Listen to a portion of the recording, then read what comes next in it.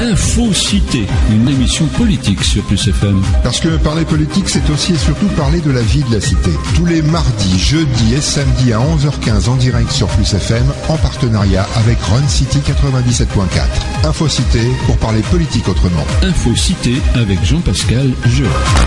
Jean-Pascal qui nous présente ses invités. Bonjour. Bonjour Bernard, bonjour à tous. Ce matin, nous sommes jusqu'à midi en compagnie de Yvette Duchman, conseillère fédérale nationale d'Europe Écologie Les Verts. Bonjour. Bonjour. Également, un autre invité, c'est Léo Kishnasamy Alamelou, adhérent Europe Écologie Les Verts. Bonjour. Bonjour. Alors, ce matin, on va parler pendant 45 minutes, effectivement, de l'actualité, mais on va parler aussi d'Europe Écologie Les Verts, on va parler des élections municipales, des élections européennes, puisque c'est aussi l'intitulé, en tout cas, du nom de Europe Écologie Les Verts, et je sais que ce mouvement a de grandes vues en ce qui concerne les prochaines échéances européennes. Simplement, madame, monsieur, pour commencer, on va revenir un petit peu, comme avec chacun de ses invités au cours de cette émission, sur l'actualité du moment. Tiens, on va parler d'une écotaxe. Vous avez vu les bérets rouges en métropole, les bonnets rouges, pardon, en métropole, qui effectivement ne veulent pas de cette écotaxe. Écotaxe qui a été décidée au lendemain ou pendant le Grenelle de l'environnement. 2008. En 2008. La position d'Europe Écologie Les Verts sur cette écotaxe, elle doit être maintenue ou elle doit être retirée? Europe Écologie Les Verts est très claire. Cette taxe est utile et doit être maintenue. Je rappelle que nous sommes partenaires du gouvernement. C'est pas parce qu'il y a des embrouilles, des difficultés qu'on va se retirer. Nous, je crois qu'on est ferme dans nos décisions et puis on a de la ténacité. Cette écotaxe est importante, pourquoi? Bon, d'abord, je dirais qu'elle a mal été expliquée. 2008-2014, ça arrive comme une bombe parce que les gens il y a une grogne anti-taxe, plutôt. Moi, je dirais que c'est une grogne anti-taxe. Il y a une société anxiogène, l'économie va mal, donc vraiment, ça tombait mal. Mais cependant, si cette écotaxe avait été expliquée, notamment aux agriculteurs bretons et aux entreprises qui sont sur place, je pense qu'elle ne se serait pas laissée manipuler, parce qu'il y a aussi il y a eu une politisation de cette écotaxe, notamment par le MEDEF et par les gros lobbies. Donc les bonnets rouges ne se seraient pas fait manipuler et auraient compris l'importance de cette taxe qui, c'est vrai, il faut le dire, était bien réfléchie pour avancer dans une finalité qui est la transition écologique.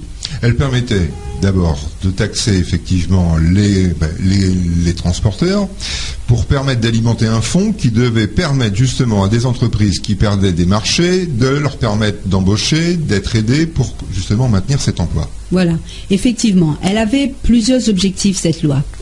Une principale que vous avez dit aussi là, arrêter de favoriser le local, parce que comme c'est fait sur place et pas besoin de transport, il y a une proximité de commercialisation. Ça aurait pu créer des emplois aussi. Et puis c'est vrai que la taxe, et c'est pour ça que je dis que nous, les Français, on a mal été informés, et c'est ça, c'est un défaut des législateurs. Ils créent, mais ils n'informent pas assez. Ça me vient à l'esprit là tout à coup une conférence à laquelle j'ai assisté il y a 2 jours sur pourquoi faire une collectivité unique territoriale à La Réunion. Eh bien, ce ne sont pas les politiciens qui vont et qui expliquent. Et c'est dommage, ça fait partie de leur travail. En général, ce sont des bénévoles. Même si on est professeur de fac, on est un bénévole et là, on distille l'information. Aujourd'hui, ça me fait penser qu'aujourd'hui, on a beaucoup d'informations et on a 0 information. Enfin, je m'en arrêterai là. Mais ceci, c'était pour dire que cette taxe, si on l'avait bien expliqué, les agriculteurs auraient compris. Par exemple, je vous donne un exemple, il y a des porcs qui sont élevés en Bretagne, mais qui sont tués en Allemagne. Il y a un problème. Et ça occasionne des transports qui n'ont plus lieu d'être. Et c'est vrai, cette taxe aurait dû, depuis 2008 qu'on a légiféré, on aurait dû montrer aussi aux gens, à la société, que les pistes alternatives étaient en train d'être exécutées. Oui, parce que l'idée, c'est quand même de taxer fortement tout ce qui était transport routier, donc ce qui était polluant au départ, pour favoriser en tout cas un transport... Pollueur payé. Voilà, et favoriser un transport ferroviaire. Voilà, ferroviaire et aussi du cabotage, transport portuaire. Mais pendant tout ce temps, vous savez que la société a évolué et mal, puisqu'économiquement tout va mal. Pendant tout ce temps, comme l'information n'a pas été passée au grand public, lui, il ne voit pas tout ça, lui. Lui, il voit seulement, je vais taxer encore. Et c'est vrai. Mais si on en revient à taxer fortement, moi, je me pose la question. Je ne suis pas transporteur routier, je n'habite pas en France, donc c'est vrai, je n'ai pas calculé. Mais c'est écrit sur cette loi que les transporteurs sont taxés à 1%. Et paraît-il, ça ne revient pas trop cher. Mais là, je ne m'avance pas du tout. Mais c'est vrai que là, nous sommes dans un étau. On ne peut plus reculer parce qu'il y a aussi la société, le consortium qui recueille l'argent des portiques et tout, qui, elle aussi, s'est endettée. Oui, parce qu'il a fallu construire des infrastructures, recruter des gens, mettre en place un fonctionnement. Et si on se dédie, alors on parle d'1 milliard de dédommagement sur ce type d'organisation. Oui, effectivement. C'est 1 milliard qu'il faudra bien alimenter quelque part. Voilà. Donc, encore avec des impôts, si jamais c'est suspendu? La réponse est... le gouvernement a un petit peu reculé en disant qu'il va suspendre en Bretagne. J'ai entendu parler l'Alsace aussi. Mais cependant, n'a pas dit qu'ils allaient retirer. Ils ont dit qu'ils vont réviser. Et encore une fois, c'est dommage parce que c'est une réponse claire qui aurait dû être donnée. Et la réponse, c'est que cette écotaxe est partie d'un projet global qui devait, encore une fois, je le répète, conclure, arriver sur un mode d'économie de transition écologique, une transition écologique économique. Mais malheureusement, cette réponse n'a pas été assez claire tout de suite de la part du gouvernement. Et cette réponse surtout, et les informations ne sont pas parvenues en amont. Et c'est ça qui est dommage. Comment vous le vivez, vous, Yvette Duchemin, ou bien Léo, cette dissonance gouvernementale dans le discours? Parce qu'il y a des choses qui sont dites, qui sont avancées, et puis après on freine, on recule, on revient en arrière. Comment vous percevez ça, vous? Bon, pour ma part, je le perçois comme effectivement une forme d'écoute qu'on essaie de donner à la population, notamment les transporteurs pour les entreprises, parce qu'effectivement, comme disait Yvette Duchemin, c'est indispensable, mais il va falloir aussi, à un moment donné, être attentif aux observations, notamment malheureusement ce qui s'est passé en Bretagne dernièrement, pour qu'on puisse se dire, donnons-nous tout le temps de réflexion, et là aussi pour informer au mieux, qu'on soit clair par rapport à ce dispositif qui a été mis en place. Et puis qu'on évite aussi peut-être les débordements et les manipulations, parce qu'on a vu qu'au final, c'était plus les professionnels bretons qui géraient le mouvement. Tout à fait. Je prendrai un parallèle, même si ça s'adresse cette fois-ci aux particuliers, quand on voit ici par exemple qu'on paye l'écotaxe, ne serait-ce que pour les pneus, et donc il y a des sociétés qui font de la récupération et essayent de faire du recyclage. On voit bien que quand c'est vraiment bien informé auprès du public, ça passe. On la paye, c'est transparent, cette écotaxe, donc je crois que c'est 7-8 euros, quelque chose comme ça. Et on voit bien qu'il n'y a pas d'affolement ou de mécontentement. C'est vrai, pour rejoindre ce que disait Yvette Duchemin, c'est aussi parce que on est dans une situation où il y a trop de taxes, et donc c'est plus une alerte par rapport à l'ensemble des taxes. Et malheureusement, l'écotaxe en particulier pour les transporteurs tombe au mauvais moment. Mais il va falloir quand même, donc comme c'était précisé par le gouvernement, qu'elle s'était suspendue, ça n'a pas été bien évidemment arrêté. Voilà. Alors autre affolement ces dernières 24 heures, c'est en ce qui concerne les déclarations de Victorin Lurel sur la Cannes, avec la déclaration de Jean-Yves Minacci. Il faut s'attendre à ce que disait Victorin Lurel, est-ce que la Cannes ne soit plus subventionnée par l'Europe? D'où notamment l'importance de députés européens outre-mer. Mais je ne pense pas que l'Europe va arriver à cette extrémité, parce qu'elle a bien compris que la Cannes, il faut la garder dans les... Mais qu'est-ce qu'elle rapporte à ce pays, la Cannes aujourd'hui, qui est subventionnée à 85%? Bon, les gens... Elle rapporte principalement en subvention de l'argent aux usiniers avant tout. Je le sais bien, mais n'oubliez pas Bon, j'ai une proposition. Nous avons une proposition, Europe Écologie Les Verts. Mais n'oubliez pas qu'il y a aussi des emplois à la clé. Voilà. Bon, il ne faudrait pas que tous les emplois, bon, même s'ils sont difficiles à trouver maintenant, on ne trouve plus des coupeurs de canne, par exemple. Mais il ne faudrait pas que les gens, de toute façon, encore une fois, il faut faire un véritable, et c'est comme ça que nous fonctionnons, un véritable diagnostic et ne pas, et surtout faire en sorte, moi ce que je préconise, c'est que l'Europe comprenne qu'il y a des situations, parce qu'on a tendance, les Européens, qui ne sont pas de l'outre-mer, ont tendance à croire que nous sommes dans un contexte qui est identique. Voilà. Voilà. Et donc ça, c'est impossible. Il faut qu'ils arrivent à comprendre, et ça, c'est pas évident, parce que c'est pour ça que nous sommes pour une Europe fédéraliste, où chacun garde et peut porter sur place ses spécificités. Donc, il faut qu'ils soient capables de comprendre qu'il y a des lois qui ne peuvent pas s'appliquer sur certains territoires. Et je reprendrai une loi simple, très simple, l'abattage de cabri qu'on nous a interdit parce que, or nous savons bien que nous, à La Réunion, nous devons, lors de nos cérémonies cultuelles, tuer nos cabris, les abattre selon ce que nous ont dit les anciens ou sur comment nos textes sont écrits.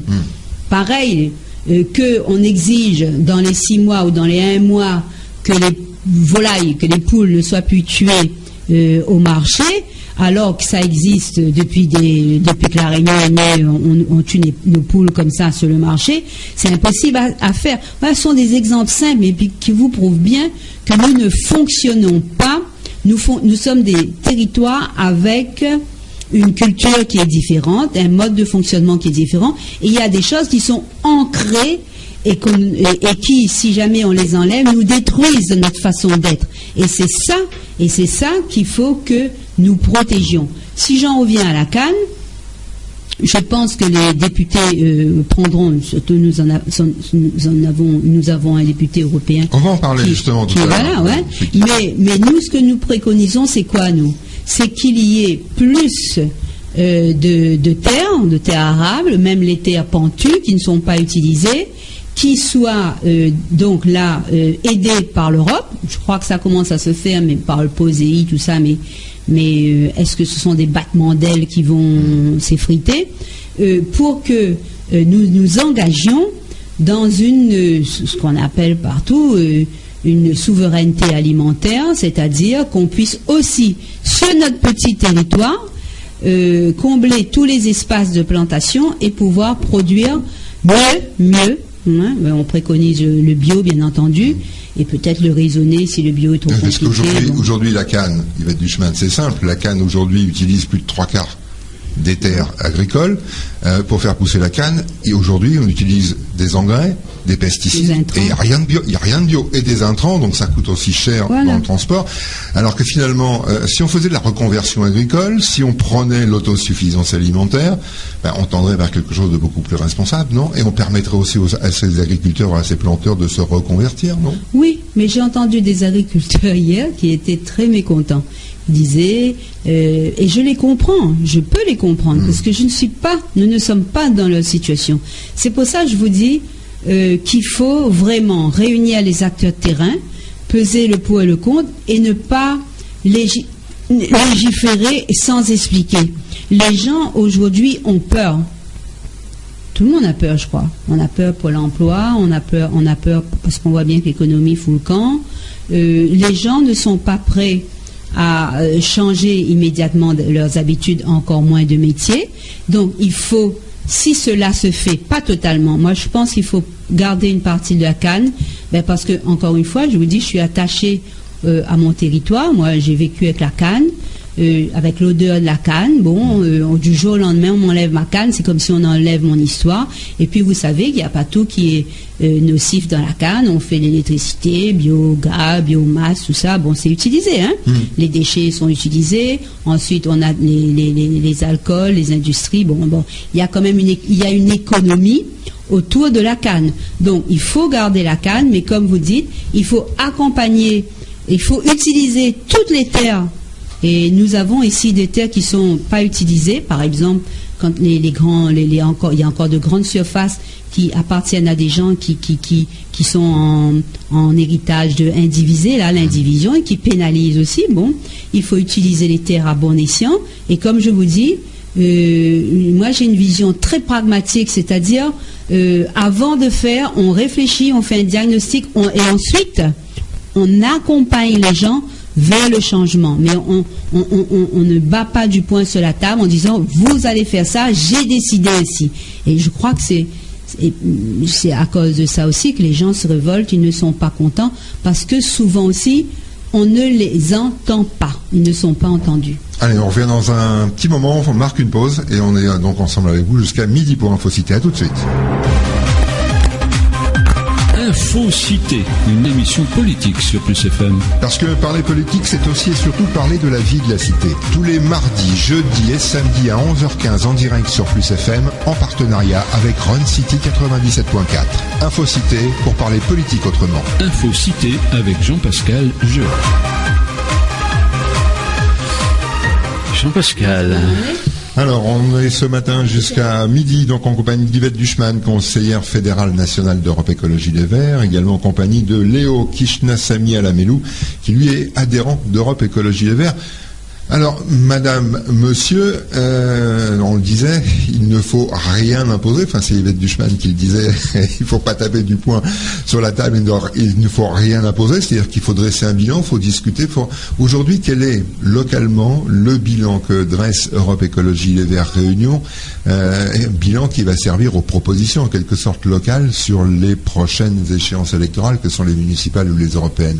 Est-ce que c'est ce bilan qui vous sert, vous, localement, à dresser votre carnet de bord en quelque sorte? Bien sûr. Comment ça se passe? Quel bilan vous dressez? Vous savez, comme tout le monde, on dresse le bilan social. Bon, nous avons quand même des chiffres ici qui prouvent qu'on n'a peu besoin tellement ils sont forts. Les records en chômage, en illettrisme, quoi encore, le désordre. Prestataires de RSA et voilà, de prestations sociales. La nouvelle route du littoral qui est un désastre. Donc les problèmes environnementaux, même si on veut pas les voir, on les voit. Hein. La crise requin. Ouais. Hein, tout cela prouve d'une gestion, à notre sens, désordonnée. C'est-à-dire qu'il y a énormément de choses qui sont faites, mais qui sont faites sans cohérence. C'est-à-dire, chacun fait des choses de son côté. Voilà. Chacun fait des choses de son côté. Ensuite, pour tirer la couverture à soi quand il s'agit des élections. Mais est-ce qu'on a imaginé... Je pense que sur un petit territoire comme La Réunion, il faudrait que... une cohérence des décisions et des actions. Parce qu'on a quand même des contraintes territoriales, on est effectivement un territoire totalement exigu et insulaire, et bien ça entraîne effectivement des conséquences aussi sur un plan social, sur un plan environnemental. Oui, et puis si vous parlez d'un territoire exigu, nous avons aussi une population qui augmente. Là aussi, c'est un point fort sur lequel il faut réfléchir aussi, c'est la formation des jeunes et comment organiser au mieux, là encore en cohérence avec toutes les institutions qui existent, comment organiser aussi, et là c'était un thème aussi de cette semaine, une mobilité sereine. Une mobilité sereine, il faut y songer, il faut se frotter ailleurs, mais il faut aussi pouvoir au bout d'un certain temps revenir. Voilà. Et faire partager son expérience, en tout cas l'expérience acquise ailleurs. Voilà, effectivement. Et Dieu sait que mobilité, c'est vrai, quand on pense mobilité, on pense à la France, mais nous, on a toujours, on prône aussi une mobilité océan Indien. Comment ne pas voir les voisins, je dirais même les frères, puisque nous sommes tous plus ou moins cousins, comment aller voir loin et ne jamais aller voir ce voisin à côté, voir comment lui-même développe ses propres stratégies. Donc je dirais, moi, en tout cas, j'ai toujours prôné une mobilité beaucoup plus facile, beaucoup plus sereine pour une meilleure formation de l'esprit du citoyen. Et j'en reviens à ici même. Aujourd'hui encore, nous avons des jeunes par exemple, qui ne sont jamais allés à Sillaos, qui n'ont jamais vu le volcan Et bon, c'est vrai, ça va un peu mieux parce qu'il y a un développement d'activités dans les associations, dans tout ça, mais ça existe encore. Et c'est ce développement de l'esprit qui fait aussi partie d'un axe fort de la transition écologique. Il ne peut pas avoir réponse à la crise si nous ne formons pas des citoyens ouverts d'esprit, mais aussi vigilants et donc responsables. Donc c'est pour ça que les écologistes ont toujours parlé de... Aujourd'hui, le concept est repris par tout le monde dans une façon, moi je dirais, dans un procédé que l'on connaît, ce qui est un procédé populiste et clientéliste, mais qui en premier a parlé de cradle to cradle, c'est un terme, comme vous voyez, anglais, et qui veut dire de berceau à berceau, et qui revient à dire de l'économie circulaire, c'est-à-dire que il y a si on parle de la crise sociale à La Réunion, on a toujours, nous, soulevé le levier de l'économie sociale et solidaire. Un des gros problèmes aussi à La Réunion, c'est le traitement des déchets. Mais justement, avant de passer justement au traitement des déchets, si on revient sur l'économie sociale et solidaire, aujourd'hui, qu'est-ce qui pourrait fonctionner? On voit qu'il y a plein de choses qui fonctionnent, mais qui fonctionnent pour un temps.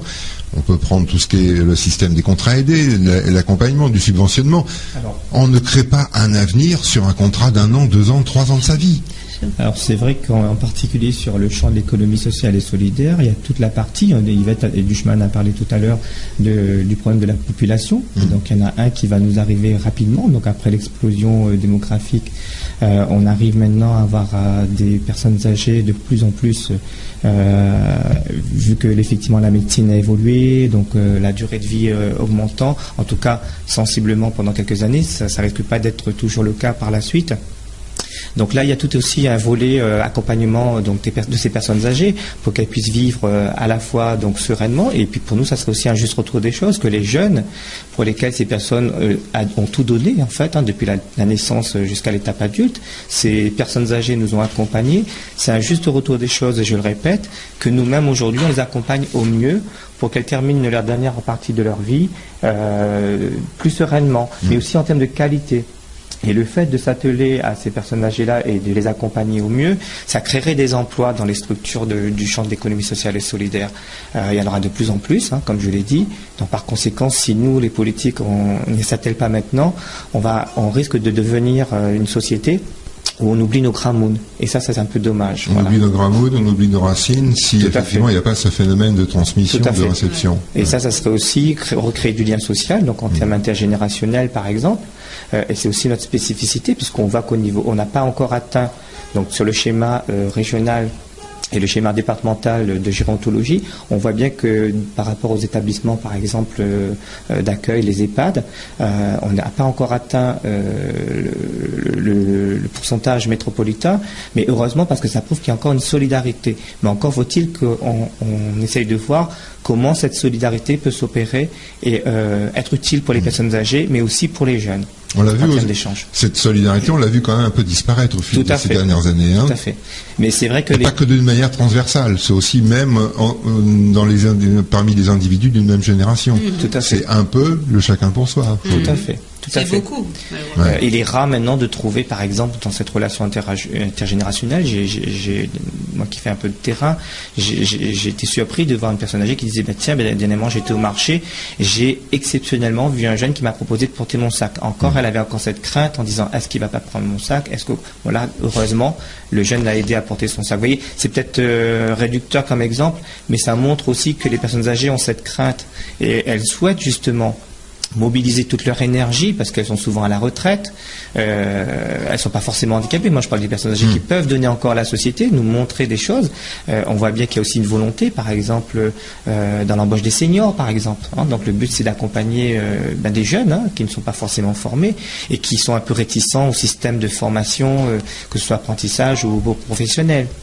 Donc il y a plein de pistes comme ça sur lesquelles on peut réellement raisonner et réfléchir et mettre en place des actions, d'autant plus que on est encore une fois dans dans le patrimoine, puisque c'est un patrimoine immatériel, la connaissance de ces personnes âgées, toute cette connaissance empirique qu'elles ont capitalisée, donc ça fait partie aussi du développement culturel, pour que nous les jeunes, on sache comment ça a été à un moment donné, qu'on n'oublie pas notre passé. Et à travers cette transmission de patrimoine, on crée de l'emploi. C'est pas simplement que les jeunes rencontrent des vieux juste pour se faire plaisir. On crée de l'emploi, mais comment on le finance? Parce que c'est aussi la question importante, c'est quel financement on amène pour ce genre d'activité? Où est-ce qu'on va chercher les fonds? Je ne parlerai pas à la place du département, mais c'est vrai que par exemple, quand je vois que pour les personnes âgées en particulier, il y a à peu près 260 millions d'euros par an qui sont injectés donc, pour aider les personnes âgées. Qui sont la compétence du Conseil général. De la compétence du Conseil général. Donc cette subvention-là, justement, permettrait de continuer l'action qui a été initiée pour développer les structures, pour les accompagner, les aider au mieux. Par exemple, il y a la maison de l'emploi et par exemple sur le Nord, sur la Nord, il y a également donc la maison des personnes âgées, ça existe, donc c'est un dispositif du Conseil général qui réfléchit justement comment améliorer les conditions de vie de ces personnes âgées en fin de parcours, on va dire, voilà. Et il y a aussi des fonds structurels européens qui permettent de financer ce genre d'activité. Tout à fait. Parce que je sais qu'au niveau européen, je le disais tout à l'heure en début d'émission, l'Europe Écologie Les Verts est très impliquée sur ce plan européen, parce qu'il y a effectivement une cohérence qui est à rechercher, alors par rapport à notre insularité, mais aussi par rapport à notre spécificité d'être région ultra-périphérique, et de bénéficier effectivement d'aides qui seraient les bienvenues sur ce genre d'activité. Et vous avez vu que le gouvernement aussi a réfléchi, puisqu'il est très favorable. Et je trouve que même si on a des couacs parfois, le PS se verdit de plus en plus. J'ai assisté au dernier conseil municipal de Saint-Denis et c'est avec une grande joie que j'ai vu qu'il y avait quand même, il y a des questionnements qui se posent et il y a des actions. Bon, à mon sens, elles ne sont pas encore assez larges, mais par exemple, je ne sais pas si vous avez entendu Jardin de Cocagne à la montagne, voilà. Il y a le plan sur le patrimoine, bon, il y a un sigle, je ne me souviens plus, mais c'était bien. Mais là, le gouvernement a réfléchi sur une dernière loi sur l'économie sociale et solidaire. Donc, ces questionnements que nous nous posons, comment financer, bon, ben, ça va être mieux géré, mais surtout aussi, le but de l'économie solidaire, c'est à un moment donné de sortir des subventions, et de pouvoir, par son travail effectif reconnu, pouvoir au fur et à mesure à ses propres besoins financiers. Il faut aussi, moi je pense que toute structure qui porte un projet d'économie solidaire doit avoir comme perspective comment être en restant solidaire, mais comment être indépendant de subventions. S'autofinancer, c'est le principe des coopératives. On peut en citer une, celle de Jean-Alain Cadet. Jean-Alain Cadet, bravo Jean-Alain. Bon, le problème, c'est que on se met à dos, les lobbies qui sont installés depuis des générations. Comment on peut non pas combattre ces gens-là, parce que les coopératives ne représentent pas les mêmes parts de marché, même si au fil des années, ces parts de marché grandissent, mais comment on peut s'installer dans un marché? Comme l'a fait Jean-Alain, c'est-à-dire en faisant les choses bien et en étant tenace. Effectivement, moi j'ai lu des articles de journaux où les riziers s'insurgeaient contre notre, puisque nous avons fortement encouragé Jean-Alain, donc s'insurger contre contre la COP solidaire, et ils ont eu beau s'insurger parce que il a continué il a continué et c'est la persévérance et comme je vous dis le travail bien entendu, mais aussi l'intelligence. Il faut d'abord proposer des produits qui conviennent à tout le monde et qui soient au moyen de tout le monde. Voilà, et on a commencé par le riz. Il a commencé par le riz. Et le riz, c'est comme on disait tout à l'heure, sans riz, nous on ne survit pas. Ouais. Et donc ça a marché parce que les produits. Et après, maintenant, vous savez qu'il y a un magasin.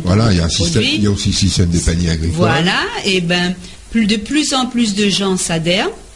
Et donc, mais pourquoi? Parce que il a su créer un projet et des produits attractifs non seulement attractifs parce qu'ils sont beaux, les produits, parce qu'ils sont moins chers, mais c'est aussi parce qu'on en a besoin. C'est nos premiers besoins. Et comme Jean-Alain et nous-mêmes, Europe Écologie Les Verts, nous prônons la sobriété heureuse, donc nous ne sommes pas dans le gaspillage, et les gens ont compris qu'il faut peut-être moins acheter, mais mieux acheter, et là, acheter moins cher. Acheter différemment, acheter moins cher. Ça veut dire aussi qu'au début de la chaîne, il faut aussi convaincre, non pas combattre, mais convaincre des producteurs, des agriculteurs de s'engager sur ce terrain-là. C'est pas toujours facile aujourd'hui. Quand on voit un petit peu la démarche, et on revient à ce que je disais tout à l'heure, c'est qu'on a des agriculteurs qui sont enferrés aujourd'hui pour la plupart dans un système économique avec une production, une monoproduction, et de ne pas vouloir aller vers la diversité, de ne pas vouloir même rechercher la coopération régionale, ne serait-ce qu'avec ce que moi j'appelle fondamentalement le grenier agricole de l'océan Indien, qui est Madagascar, de refouler un petit peu toutes ces coopérations, toutes ces bonnes envies, ces bonnes volontés. Comment vous prenez ça, vous? Ben, ils y seront obligés. Parce que l'Europe ne va pas couper toutes les subventions, mais au fur et à mesure, vous avez vu, Mayotte, là, est devenue collectivité territoriale. On est dans une Europe qui se dit et qui se veut solidaire. Eh ben, il faudra être solidaire, et notamment avec les pays de l'océan Indien qui sont autour de nous. Effectivement, j'ai pas sondé l'histoire, mais il se peut que nous puissions acheter du riz. D'ailleurs, c'est dans nos perspectives. Je sais que Jean-Alain, il pense très fortement, et ceux qui l'entourent, d'acheter du riz avec Madagascar. Il y a des rizières à Mada. Voilà. Depuis des décennies, il y a des rizières là-bas. Voilà. Donc, ouais. Mais maintenant, ça limiterait le transport. Ça ferait vivre un pays. Plus, pas d'écotaxes. Pas d'écotaxes. Et voilà, mais ça, j'en reviens aux agriculteurs, il faudra de toute façon qu'ils fassent leur propre réflexion. Mais encore une fois, je vous dis bien, il faut qu'on les amène à cette réflexion. Il faut les accompagner, il faut faire comprendre que là aussi, on peut vivre et on peut gagner de l'argent. Est-ce qu'il n'y a pas aussi des gens qui, quelque part, derrière, sont là pour maintenir cet état d'esprit parce qu'ils ont plus à gagner que d'autres, tout simplement? Bien sûr, je n'osais pas le dire, mais on le sait bien. Ah ben moi, je le dis. Ben voilà, allez, je vais dire aussi qu'on va marquer une pause, puis on vous retrouve dans quelques secondes. À tout de suite. Info Cité, une émission politique sur Plus FM. Parce que parler politique, c'est aussi et surtout parler de la vie de la cité. Tous les mardis, jeudis et samedis à 11h15 en direct sur Plus FM, en partenariat avec Run City 97.4. Info Cité pour parler politique autrement. Info Cité avec Jean-Pascal Jeu. Jean-Pascal, pour la fin de cette émission. Voilà, donc dernier quart d'heure d'Infocité jusqu'à midi en compagnie d'Yvette Duchman, conseillère fédérale nationale d'Europe Écologie Les Verts, et de Léo Kishnasamy Alamelou, adhérent d'Europe Écologie Les Verts. Madame, monsieur, pour ce dernier quart d'heure, on va parler des prochains enjeux qui nous attendent tous, c'est les prochaines échéances électorales, il y a les municipales, il y a les européennes qui vont aussi enchaîner dans la foulée, dans les semaines qui vont suivre ces échéances municipales. Aujourd'hui, vous êtes sur le terrain, comme les autres partis. Qu'est-ce que vous entendez? Qu'est-ce que vous remontez comme information? Qu'est-ce que vous fédérez comme envie? Nous sommes sur le terrain, bien entendu. Encore une fois, nous sommes complètement persuadés qu'on ne peut plus continuer dans les partis traditionnalistes. Droite-gauche, bon là je vois Victoria qui revient, il y a des gens qui n'ont pas honte, hein, ouais. Ils ont emmené la ville à la ruine, et là, ils reviennent là comme ça, voilà, sans j'ai écouté leur discours, il n'y a pas d'idée, il y a seulement la critique de ce qui a été fait. On ne construit pas un programme sur la critique de l'autre. Bon, admettons, je vais passer ce personnage, mais cependant, oui, nous avons tous dans toutes nos villes terminé nos programmes municipaux. Nous allons très vite les présenter à la presse. Ben, bien sûr, nos programmes sont axés sur une économie verte, et puis sur tous les champs de société. Bon, ça peut être la culture, l'urbanisme. Nous avons vraiment postulé sur tout ce qui peut intéresser une ville. Et donc, nous allons sur Saint-Denis, je parle pas Saint-Denis, procéder à une conférence de presse dans les jours qui suivent, et puis nous allons voir comment se présenter. Est-ce qu'on se présente seul, est-ce qu'on se présente en fusion avec des forces progressistes. Bon, il faut rien cacher, on est en pourparlers, on en discute. Vous avez un partenaire naturel depuis des années. Voilà, c'est le PS, oui, voilà. Donc on se voit, pas formellement, mais on se voit, on discute, et puis j'assiste, comme je dis tout à l'heure, à leur progression intellectuelle, puisque je me moque d'eux, puisque je vois que ils se verdissent, comme je vous disais tout à l'heure là. Ils vont m'en vouloir, mais c'est une progression intellectuelle qu'ils ont commencé à s'atteler à comprendre ce que c'est que l'économie circulaire. C'est une bonne chose. Il va falloir l'expliquer aux autres maintenant. On va faire simple. Il faut pas. Sont des choses qui paraissent difficiles, mais qui sont de bon sens. C'est-à-dire, si vous faites un corollaire avec la nature, qu'est-ce qu'elle fait la nature? Elle ne fait aucun déchet. Tout revient à la terre. C'est ça, cradle to cradle. C'est ça l'économie circulaire. Et bien nous, l'homme, nous on fait pas pareil. Nous, on est envahi par les emballages, les suremballages. On détruit nous. Et voilà. On mange, on détruit. Certains veulent se faire énormément d'argent, et ce qu'ils font d'ailleurs, les gros lobbies, les capitalistes à outrance, ils se font énormément d'argent. Et en plus en utilisant, en quelque part, en profitant aussi de l'humain, puisqu'ils font travailler des gens, parfois dans des conditions ignobles.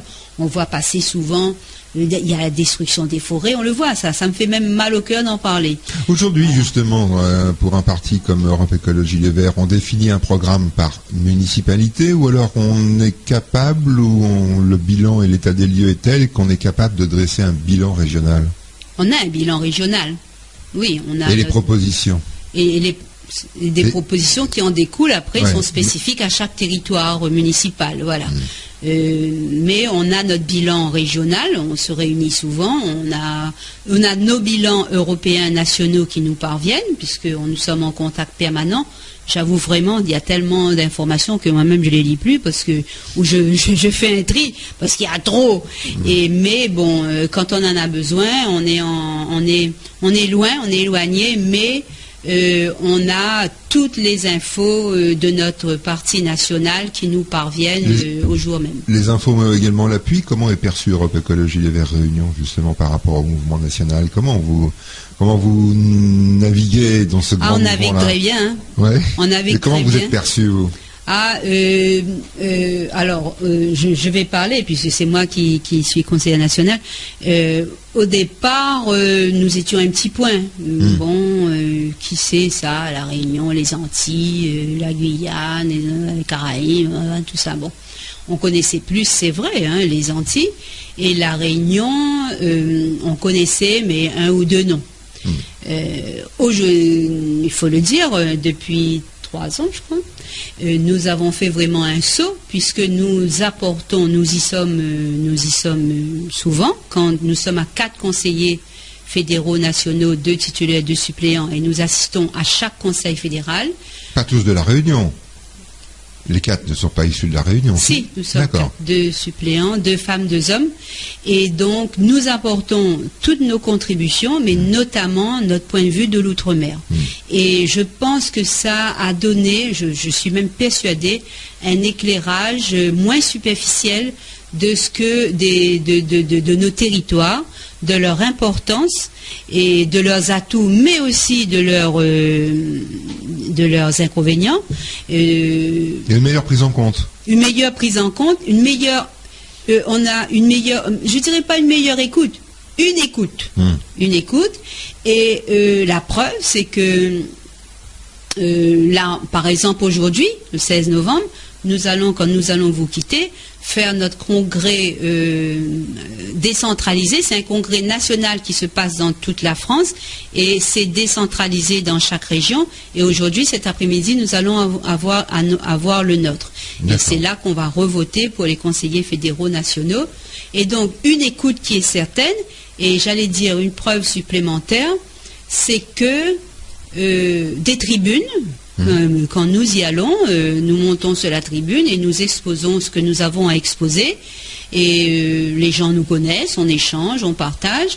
Et puis la preuve supplémentaire, c'est que nous apparaissons cette année sur le bureau exécutif national. Nous sommes candidatés. D'accord. Donc, on ne connaît pas les résultats. Mais il y a la diversité que l'outre-mer peut apporter a été prise en compte. Est-ce que c'est aussi le fait qu'il y a aussi des députés européens qui sont originaires des outre-mer qui sont... Non, c'est pas du tout par ce fait. Non. Je peux le dire, moi je suis allé au Parlement grâce au député européen Jean-Jacob Bicep, qui lui est député européen IDF, mais Île-de-France, mais qui est guadeloupéen, donc automatiquement qui s'intéresse et qui s'attelle aux problèmes de nos collectivités.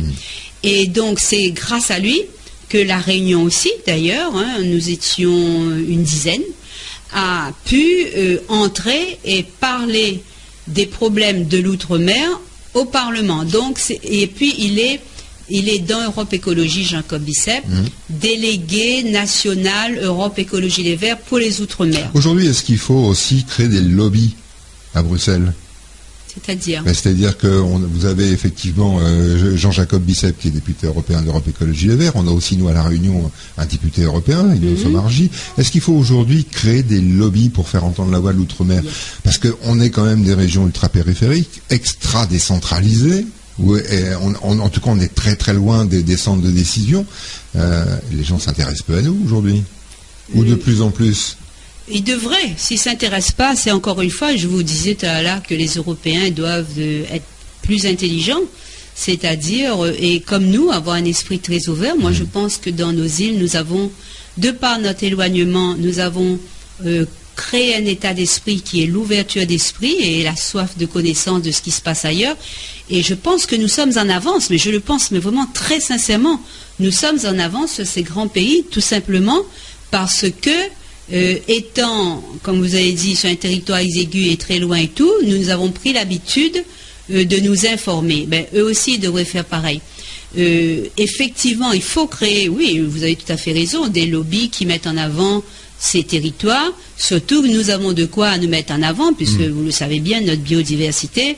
Enfin, encore une fois, je vais lancer un cri d'horreur, vu que la nouvelle route du littoral va quelque part aussi accélérer des désordres environnementaux. Et sous-marins. Et accélérer aussi, c'est-à-dire au lieu de diminuer le taux de voitures, on va l'augmenter. Tout le monde sait que la région est de droite. Qui dit droite dit capitalisme. Qui dit capitalisme dit achat de voitures. Et donc voilà. Bon, bref, nous sommes pas bien. Voilà. Et donc, de par notre biodiversité et puis de par de tout ce que nous avons apporté, nous pourrions, mais seulement on ne fait pas, ça arrange bien certaines personnes aussi, même si parfois c'est utilisé à but populiste. Moi, quand un parti de droite met sur son t-shirt une île de la Réunion verte, pour moi c'est du populisme et du clientélisme à fond, parce qu'on ne peut pas être pour un parti d'outrance capitaliste et en même temps prôner la transition écologique, prôner la sobriété heureuse, prôner la solidarité et les alternatives à la voiture. On ne peut pas. Soit on est schizophrène ou soit on est menteur. Je préfère croire pour ces gens-là qui sont menteurs. Ah bon, parce qu'ils sont... Non, mais vaut mieux pour eux. Je préfère croire qu'ils sont menteurs, comme ça ils sont en bonne santé mentale. Mais je me pose quand même des questions. Je crois qu'ils sont en difficulté, enfin ils ont des problèmes au niveau du cerveau. Mais ce qui est pire, c'est qu'ils utilisent nos idées, parce qu'ils ne sont pas capables de porter des projets vraiment,